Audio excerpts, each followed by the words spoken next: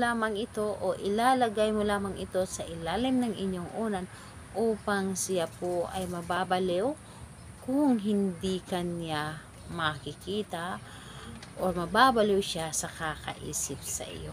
Hello mga guys, kumusta kayo? Panibagong araw, panibagong video na naman tayo, and sa araw na ito ay isa na namang video ang aking ituturo sa inyo na simpleng gabay o simpleng pamamaraan na makakatulong sa atin. At bago ang lahat, gusto ko lang mag-disclaimer sa mga taong hindi naniniwala at hindi gusto mga kagaya nitong video. Please skip this video and maghanap kayo ng videos na gustong gusto nyo, dahil ang video na ito ay para lamang ito sa mga taong naniniwala and gusto mag-try.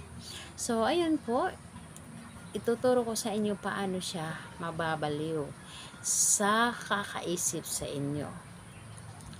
So dito ay pwede itong gawin sa parehasang kasarian, babae to babae, lalaki to lalaki. And syempre sa ating babae at lalaki na mag-partner. And pwede mo itong gawin kahit na kayo ay magkalapit at magka-LDR sa isa't isa.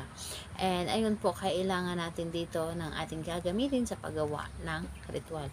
So ang dapat nating ihanda dito is larawan lamang ni target. So larawan lamang ni target ang dapat nating ihanda dito.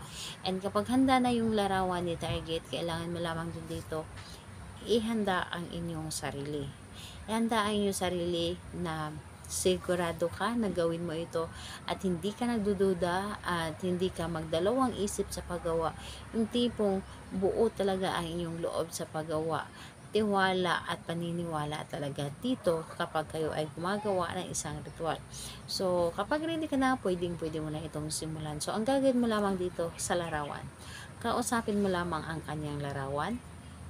Kausapin mo lamang ito, sabihin mo lahat-lahat ang gusto ninyo, sabihin mo dito basta positive lamang, yung tipong nanggagaling sa inyong puso ang inyong sasabihin, yung tipong with feelings talaga, yung hindi lamang basta-basta na sinasabi lamang ngunit wala sa ating puso ang ating mga sinasabi. Kailangan nanggagaling sa ating mga puso. And ayun po, kapag nakausap mo na ito, halikan mo lamang ito ng 3 beses at pagkatapos ilagay lamang ito sa loob ng inyong or sa ilalim ng inyong higaan or di kaya sa ilalim ng inyong unan. And kapag nandoon na ito sa ilalim ng inyong unan, ang gagawin mo lamang dito, hampasin mo ang inyong unan ng 3 beses. Hampasin mo ito bago kayo matulog at sambitin mo ng 3 beses din ang kanyang pangalan at sabihin mo, mababaliw ka sa kakaisip sa akin, mababaliw ka sa pagmamahal sa akin, mababaliw ka kung hindi mo ako makikita.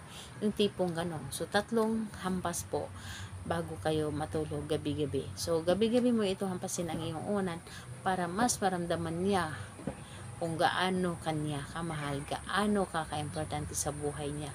So ayun po, kailan ito pwedeng gawin? Gawin ito sa kahit anong araw at oras. Basta ramdam mo sa iyong sarili na para manghinihila ka na gawin mo ang isang ritual. So ayun po, salamat po sa inyo. Bye bye everyone. God bless us all.